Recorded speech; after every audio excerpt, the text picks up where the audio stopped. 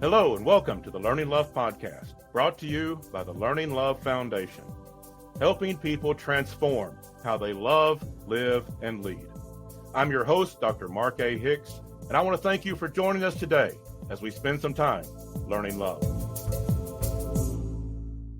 Love is the answer. Now all we have to do is explore all the questions. How do we get to apply what love is to our life to build a better life, to build the healthy, happy, thriving relationships that we need in our life to build the life that we want? Love is that answer, but it's not abstract. We can't just throw it out there as a word. We have to live it and apply it to all the questions of life. Now today, I want to explore a quote from a professor, a counselor, pastor. He's done a lot of things. His name is David Ausberger, and he said an amazing thing that can really affect your relationships. If you listen here to what he is saying, this can have a huge impact on the relationships in your life. And he says, being heard is so close to being loved that to the average person, it is indistinguishable.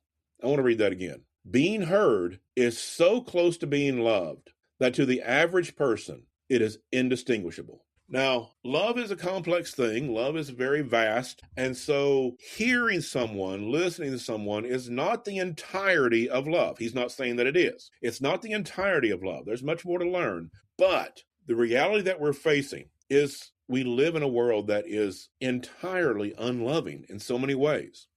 It is vastly unloving. We live in a world of rejection and trauma and heartache. We live in a world that so many people are living with division and hatred, and we even breed hatred and division in our politics, in our social media. It's not that everything is bad in the world. It's not. There's a lot of good things in the world, but we live in a world where it is challenging to really feel loved. There are a lot of people that are living life lonely. In fact, there's an epidemic of loneliness that's been documented by medical professionals, an epidemic of loneliness. It was even called a public health crisis because people are so deeply lonely, even if they have people around them. We don't know how to relate to one another. We live in difficult, dysfunctional, toxic, even abusive relationships. We live closed off, afraid to get hurt again because we've been hurt in the past, and we put up our walls and our defenses trying to protect ourselves. And what we end up doing is building our own emotional prison. And so when we do that, we create a world that is not particularly loving.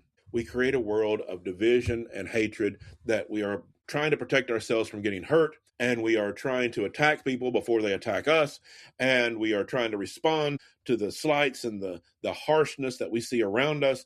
And there is all this tension within families, within workplaces, within communities. And again, within politics, within social media, it runs rampant, that there is so much division and hatred. And because of that, we live in a world where people simply do not feel loved. There is this void. There is this epidemic of loneliness, even when people are around us. We have all these struggles with the topic of love. And then, because the world is so difficult, some people have decided that love is not even worth talking about anymore. I saw a speaker recently, and he was talking about our need to love, our need for kindness, for compassion.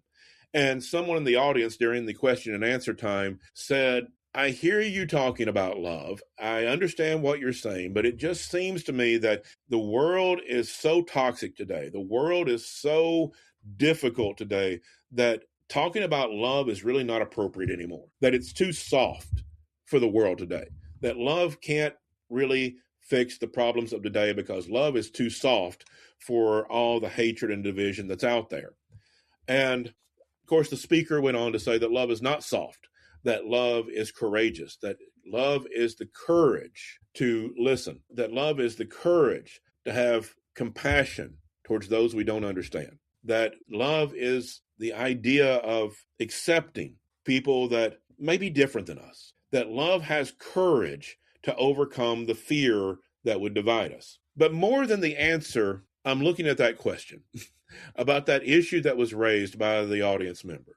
that we have this idea that not only do we struggle to find love, to nurture love, to know what love is, how to practice it, we have families that are dysfunctional and toxic. We have workplaces that are burning people out, that are toxic workplaces. We have all these struggles to the point that we've even thought maybe love doesn't apply anymore, that it doesn't have anything to do with us, that it's too soft for the vicious problems we face today, that we've got to be tenacious, we've got to be nasty, we've got to fight fire with fire, we've got to get in there and rough and tumble like everybody else on social media.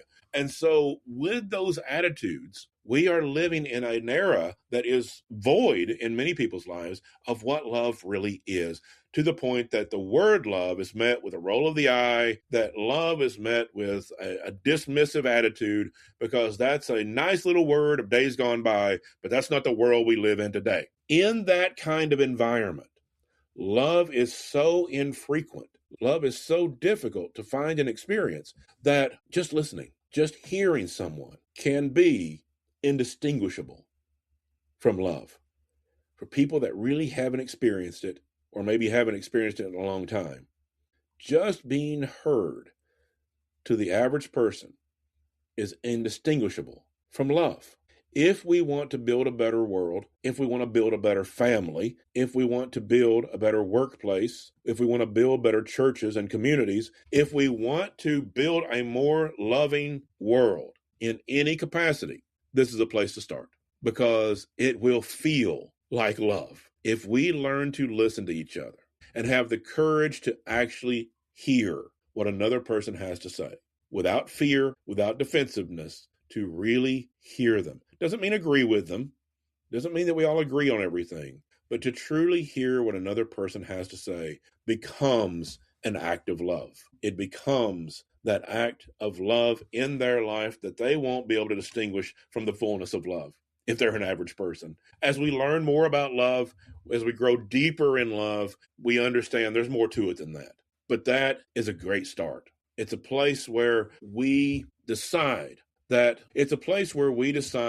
to show our best to one another, where we hear each other. If being heard feels like being loved, that means that misunderstandings feel like rejection.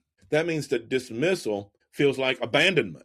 It means that chronic interruptions feel like invisibility. When we are not heard, we feel rejected, we feel abandoned, we feel like we're invisible. That what could just be a simple misunderstanding, because we need to be heard so badly, because we feel so unloved, what could be a simple misunderstanding becomes an utter rejection. What could be, something that we could work out starts to feel like a dismissal. Starts to feel like we don't matter. What we're saying doesn't matter. And that chronic interruption that somebody else always thinks they have something more important to say than us makes us feel invisible. And so we live in this kind of society where these things take place every day. That we go to work and we feel rejected because there's so many misunderstandings and no one will listen. We feel abandoned.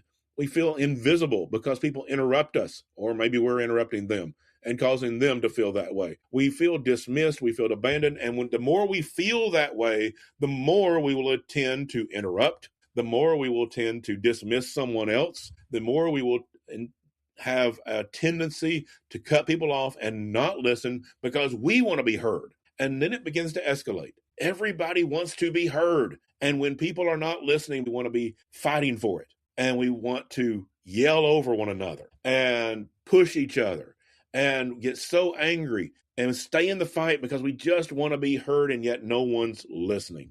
And then it begins to feel like there's just anger everywhere.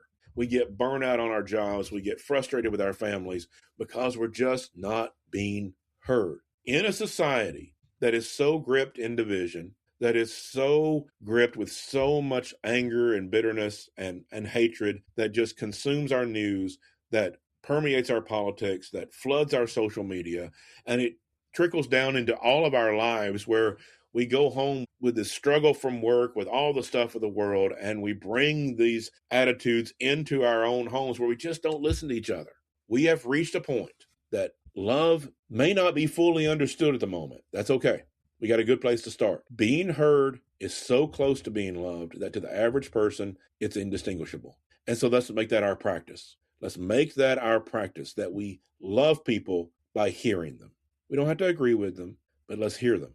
Let's listen to understand what they are saying and let them know they are understood. Let them know that we are understanding what they're saying, what they're meaning, and how they feel, particularly how they feel. People will a lot of times give you a bunch of facts, but what they really want you to understand is how they feel. They want you to get it. And so listen carefully.